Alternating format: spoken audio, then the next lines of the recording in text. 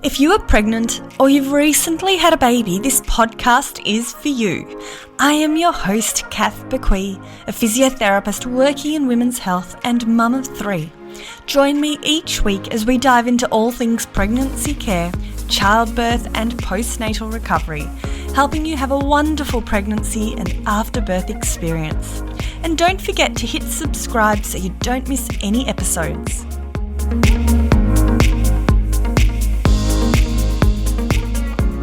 Well, hi there. Welcome to episode 40 of the Fitness Mama podcast. So this is a super quick tip for a question that I do really commonly get asked. So that's, how do I strengthen my pelvic floor? So in this episode, I will quickly run through what the pelvic floor is and why we should be aware of it. And then I will take you through the common ways to strengthen your pelvic floor. So it's a super quick episode which will hopefully give you some really good pointers on this really important topic. But before I do jump into this episode, there is a new free quiz that is available to you all. So take this quick quiz to find out how ready your pelvic floor is for pregnancy and beyond. It's fun, it's quick, and it will give you some helpful information to help guide you through your stage of pelvic floor readiness. Simply head to fitnessmama.com/quiz. Okay, so what type of pelvic floor exercises should I be doing? Pelvic floor exercises, they're really tricky because it can be hard to know what is happening. We can't see these muscles. These muscles are internal to the body. So not only can we not see these muscles, but because of that, it is hard to know if we're actually doing the right thing. So the pelvic floor is a super important group of muscles that sit at the base of the pelvis, the floor of the pelvis. And these muscles help to support the bladder, the bowel, and the uterus. So during pregnancy, they also support the growing baby, and they have a big role in continence. So that's the preventing and maintaining of urine, so preventing the leakage of urine, feces, or wind. They also have a big role in pelvic organ prolapse, so preventing prolapse, and also in sexual function. We know how beneficial pelvic floor exercises can be during pregnancy and after birth. So let's try and simplify what we should actually be doing. So step number 1, I'm going to run you through a few pelvic floor cues. And these cues might help you to understand how to lift your pelvic floor. And it's good to remember we want to make sure we have a good quality pelvic floor lift and also a release, so a relaxation. And if you're not sure what's happening down there when you lift your pelvic floor muscles, then please do go and see your local pelvic floor physio. Or if you're in Melbourne, send me a DM on Instagram at fitnessmama, because you can book in an appointment, a pelvic floor assessment with myself. Okay, so here are some things you can try to see if it can help with your squeeze and lift. My first favorite cue is to imagine you're stopping yourself doing a fart. So imagine you're in a lift and you need to pass wind. So obviously if you're with other people, you want to prevent that. So let's zip up around your back passage to help prevent passing wind. So that's my number 1 favorite tip of all time, is actually focusing on that back passage. The second cue that I think is really commonly thought of is to stop the flow of urine. So imagine you're going to the toilet to empty your bladder. Let's draw in those muscles, so zip up those muscles to stop the flow of urine midstream. Now, this isn't something we want to regularly do on the toilet because you don't want to cause any issues with urinary retention or bladder infections or anything like that. So this is one of those, I think it can be helpful to imagine you're stopping yourself passing urine, or if you are going to do it, just very occasionally, once in a blue moon, to check if you're doing it correctly. But it's not something to do on a regular basis.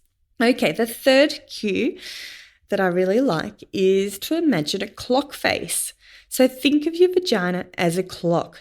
Your pubic bone, so at the front, is 12 o'clock. Your tailbone at the back is 6 o'clock. The wall on the left of your vagina is 3 o'clock. And then on the right is 9 o'clock. So once you're imagining that clock face, let's visualize pulling the 12 and 6 together. So front and back, drawing it up and in. And then let's gather the 3 o'clock and 9 o'clock together. So let's imagine drawing just the 12 and 6 together. And then let's imagine all 4 points together, 12, 3, 6 and 9 o'clock. So pull up and towards the middle of the clock. Okay, my next cue, which is also a favorite, is to imagine you have a jelly bean or an M&M resting at the vaginal opening. And you want to use those vaginal muscles to suck in the jelly bean upwards and inwards towards your belly button. So once you've got those cues, and once you feel you've got the right action, we want to make sure we're doing them with a good quality lift. So we want to avoid holding your breath. You want to avoid squeezing your leg muscles or lifting up your eyebrows.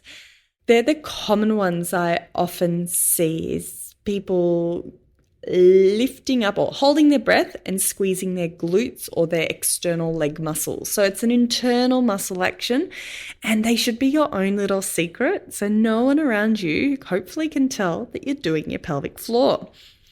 Okay, so we've talked about cues. Now let's talk about the strengthening. Step number 2 is let's do some quick lifts. And these, I think, are the fun ones. So let's imagine you're zipping it up and then relax. Let's lift it up, release. Zip it up, release. Lift, release, and so on. So we're aiming for 1 second lifts and then a full release afterwards.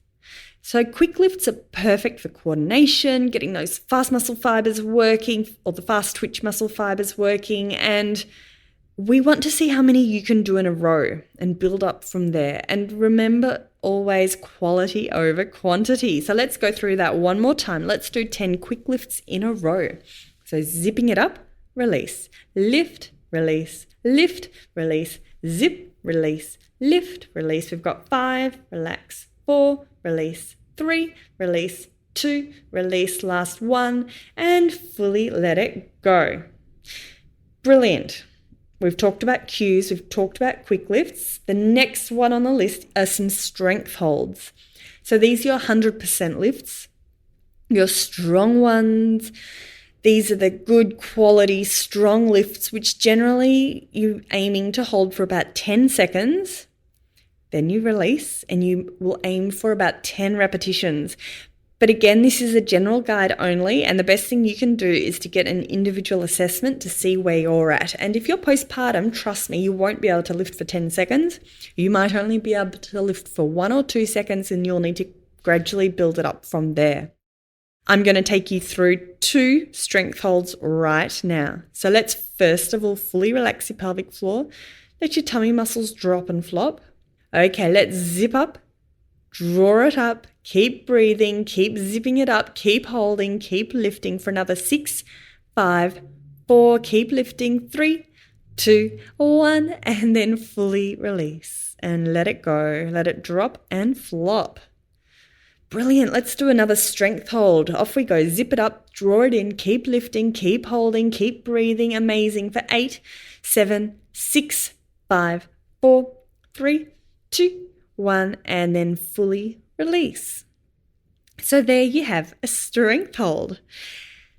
Now the next step is adding a long hold. So these are the 50% lift, the endurance lifts.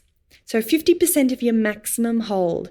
So this means that you're not lifting your muscles as strong as you possibly can, but you're just zipping up halfway and holding for as long as possible.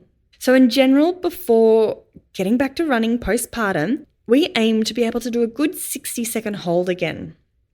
But we do need to gradually build to this level. So I'm not going to take you through a whole 60-second hold, but let's go for a 20-second hold right now at 50% max. So zip it up halfway. Keep breathing, keep going. So you're lifting halfway. Try to stay focused. Try to keep lifting, try to keep breathing. Brilliant. Another 11, 10, 9, 8. Stay with me if you can. 7, 6, 5, 4, 3, 2, 1. And then fully relax at the end. Brilliant work, ladies. We've just talked through cues. We've talked through quick lifts, strength holds, and long holds. So a few quick reminders at the end. Super important. For some women, you might not actually need to strengthen your muscles. You might need to really focus on the relaxation side of things. So that's another reason why it's great to go and have your pelvic floor assessed. And when you're doing your strength holds and all your exercises, it's really important you do get a good release and relaxation at the end as well. The second tip is to try to do your pelvic floor in different positions. So if they're quite weak, you might need to start lying down or sitting, but then building it up to standing in different positions as well. The third quick tip is to squeeze and lift your pelvic floor before you cough or sneeze or lift anything. So if you've got a new baby, before you lift them out of the cot, for example, you might do a quick squeeze and lift before you lift out your baby. Okay, tip number 4, we are all time poor. I assume if you're listening to this, you're pregnant or you're a mum, and we're busy. I get it. So let's try to incorporate pelvic floor into our everyday workouts if we can. And this is something we do inside Fitness Mama. Every single workout includes pelvic floor during the workouts, but also we do a set at the end of the workout. And we talk through the quality lifts, the relaxation, the release, all those different aspects. Okay, and then tip number 5, if in doubt, check it out. And I think I've said this a few times, but book in with your local pelvic floor physio, or if you're based in Melbourne, contact me on Instagram at Fitness Mama if you want to talk about a one-on-one assessment. So, if you would like support and motivation to do your pelvic floor exercises, along with having access to pregnancy or postnatal workouts, then come and check out my online program, Fitness Mama. You can head to fitnessmama.com and there's a free 7-day trial. So that's it, ladies. Short and sweet. I hope you enjoyed this episode. Don't forget to check out the new free quiz that is up on my website at fitnessmama.com/quiz to see where your pelvic floor is. And if you're pregnant, it's perfect for you to do this quiz. Okay, that's it, ladies. Have a great day, everyone. Send me a DM on Instagram at fitnessmama. I'd love to hear from you. Have a great day, and I'll see you next week for another episode of the Fitness Mama podcast. Thanks for listening to the Fitness Mama podcast, brought to you by the Fitness Mama freebies found at www.fitnessmama.com/free. So please take a few seconds to leave a review, subscribe so you don't miss an episode, and be sure to take a screenshot of this podcast, upload it to your social media, and tag me at Fitness Mama so I can give you a shout out too. Until next time, remember, an active pregnancy, confident childbirth, and strong postnatal recovery is something that you deserve. Remember our disclaimer, materials and contents in this podcast are intended as general information only and shouldn't substitute any medical advice, diagnosis or treatment. I'll see you soon.